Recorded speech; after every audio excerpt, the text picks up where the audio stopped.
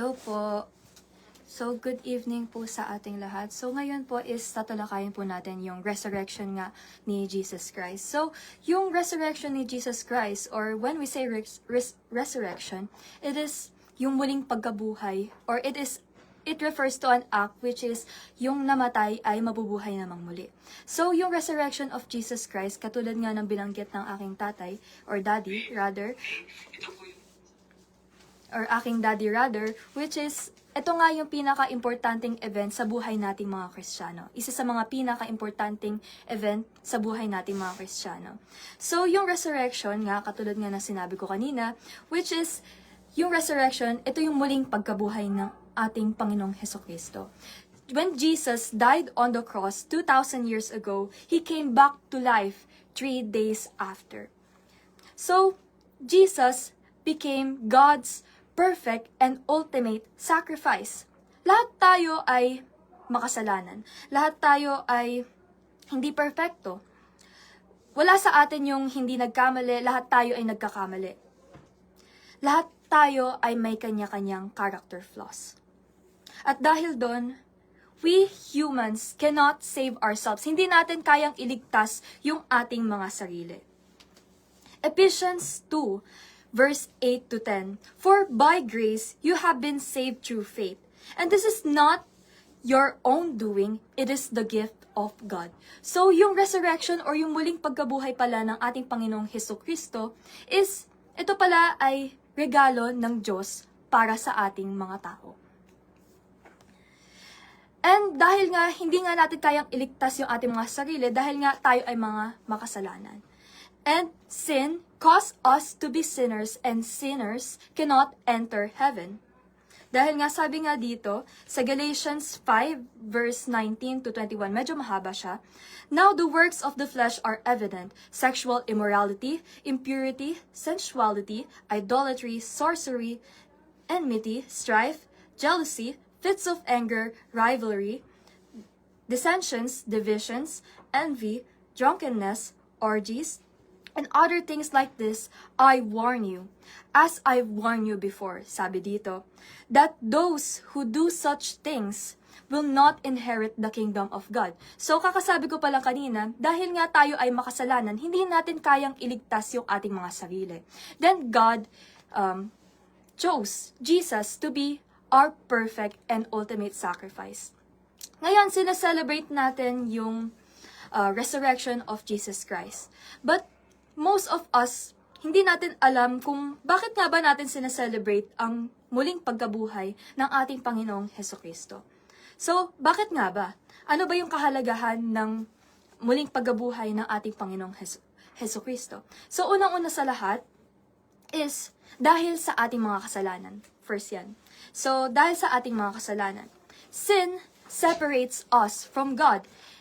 Nag-root back siya noong when Adam and Eve disobeyed God. So when we say sin kasi, it is a violation of what is right. Ito yung hindi natin pagsunod sa kung ano yung tama. So dahil nga, hindi nga natin kaya iligtas yung mga sarili natin, Jesus died on the cross for us to be saved. Jesus paid for our sins. He took the punishment for our sins. This means na kung tayo ay maniniwala lang sa Kanya, tayo ay tunay na mapapatawad. We don't have to carry the guilt of our sins anymore because Jesus paid the price. Jesus paid the price or the punishment for our sins. So pangalawa naman, una uli, why did Jesus die and came back to life? Una-una sa lahat, again, because of our sins. Pangalawa, to reconcile us with God. So when we say reconcile, it is to restore, or ano yung Tagalog nun? Restore? Panumbalikin. Ano? Panumbalikin. Panumbalikin.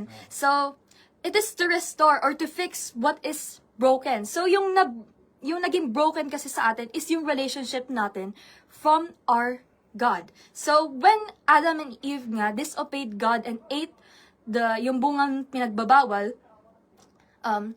nagkaroon ng barrier between humans and our Lord. So, Jesus kailangan niyang mamatay at mabuhay namang muli para to reconcile us, para nga ma-restore yung nawalang relationship natin at siya yung maging bridge natin para para tayo magkaroon ng personal relationship with God. So, sabi dito, so John 14 verse 6, Jesus said, I am the way, the truth, and the life, and no one comes to the Father except through me. So, ayun nga. So, si God, or si Jesus rather, siya yung naging bridge natin para tayo ay ma-unite at magkaroon ng relationship with God. So, dahil nga tayo ay pinatawad, dahil sa ating mga kasalanan, nagkaroon tayo ng relationship with our Lord. So through Him, or through Jesus, we are no longer the enemies of God, but His children. And right now, dahil nga sinaselebrate natin ang muling pagkabuhay ni Jesus, pwede tayong magkaroon ng personal relationship with God. So, since God, okay, teka lang po muna. Okay. So, God is just a prayer away. And that is because of our Lord Jesus Christ. So, ano uli yung una? Why did Jesus die and came back to life? Unang-una sa lahat, because of our sins. Pangalawa, to reconcile or to unite us with God. So, pangatlo naman is to redeem us. To save us and free us from the power of sin and death. So, sabi kasi dito, dahil ang kabayaran ng kasalanan ay kamatayan. So, dahil tayo nga ay makasalanan, tayo pala ay nakatakda ng mamatay. So, tayo na pala ay nakatakda na mag-suffer dun sa lake of fire or sa impyerno. But then, God, Jesus Christ, died for us and came back to life para ma-redeem us or para masalba tayo sa ating kamatayan at sa ating mga kasalanan. So, yung una uli, bakit nga ba napakahalaga ng pagkamatay at muling pagkabuhay ni Jesus? Unang-una sa lahat uli is because Jesus died for us because of our sins. Pangalawa, to reconcile us at to unite us with God. Pangatlo naman is to redeem us. Then pang-apat, to give us eternal life. Para bigyan tayo ng buhay na walang hanggan. Yung resurrection ni Jesus is not a promise. Is a promise pala rather that death ay hindi siya yung final na destination natin. Kundi pwede pa tayo palang magkaroon ng buhay na walang hanggan. Through His death and resurrection, Jesus conquered death, offering the promise of eternal life to those who believe in Him. John chapter 3 verse 16, For God so loved the world that He gave His only begotten Son, that whosoever believes in Him should not perish but have an eternal life. Dahil mahal na mahal tayo ng Diyos, binigay niya, mantakin mo, imagine that, dahil mahal na mahal tayo ng Diyos, binigay niya ang kanyang kaisa-isang anak para tubusin tayo sa ating mga kasalanan at sa ating kamatayan or forever separation with God. So when we say hell kasi, it is a place where we have no contact with God. It is the forever separation from God. So sabi dito nga sa John chapter 3 verse 16, dahil nga mahal na mahal tayo ng Diyos, binigay niya ang kanyang kaisa-isang anak na si Jesus para mamatay sa cross. With only one condition. Alam niyo ba kung ano yung condition na yun? Kung maniniwala tayo sa Kanya. Hindi tayo mamamatay bagkus magkakaroon tayo ng buhay na walang hanggan. Kung sasampalataya lang tayo at, ano ba yun? Kung sasampalataya lang tayo kay Jesus, magkakaroon pala tayo ng buhay na walang hanggan. So, ano pa nga ba? So, this brings us to our number 5. So, una ulit, kung bakit namatay si Jesus at muling nabuhay, una sa lahat ulit is because of our sins. Pangalawa, to reconcile us or unite us with God. Pangatlo is to redeem us. Then, pang-apat, is to give us eternal life. Then, panglima, to demonstrate God's love for us. Yung pagkamatay at muling pagkabuhay ni Jesus, ito yung greatest sign ng pagmamahal ng Diyos para sa atin. Sino nga ba tayo?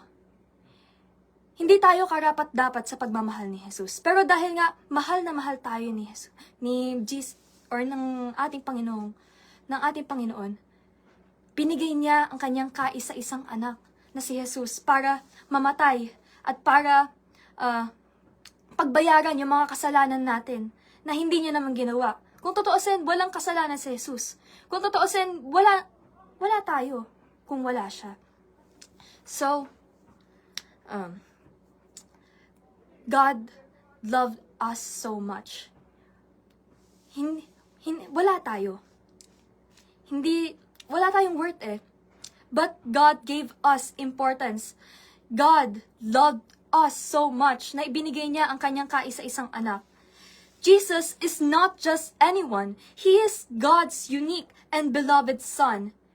And God sent Him into our fallen world just to save us from the power of sin and death. The purpose of sending Jesus Christ was to grant us, or para bigyan tayo ng buhay, hindi lang just physical life, kundi panghabang buhay at spiritual life.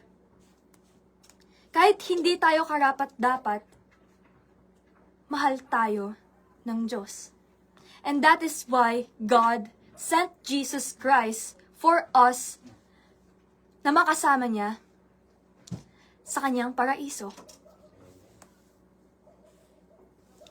God cares for every person and wants us to be with Him. Pwede tayong iwanan ng Diyos eh. Pero dahil nga mahal na mahal tayo, binigay niya ang kanyang kaisa-isang anak na si Jesus. This is why Easter, or yung sineselebrate natin ngayon, which is the resurrection nga ni Jesus Christ, ay sineselebrate natin. At dahil nga, una sa lahat, because of our sins. Pangalawa, to reconcile us with God. Pangatlo, to redeem us or to free us from our sins, from our slavery, from sins and death. Pang-apat, to give us eternal life. And panglima, to demonstrate God's love. So, ayun lang po, yung kung bakit napakahalaga ng resurrection ni Jesus Christ sa buhay nating mga Kristiyano. So, sana po is may natutunan po kayo at alam na po ninyo kung bakit namatay si Jesucristo para sa atin. Amen. Amen. Praise God.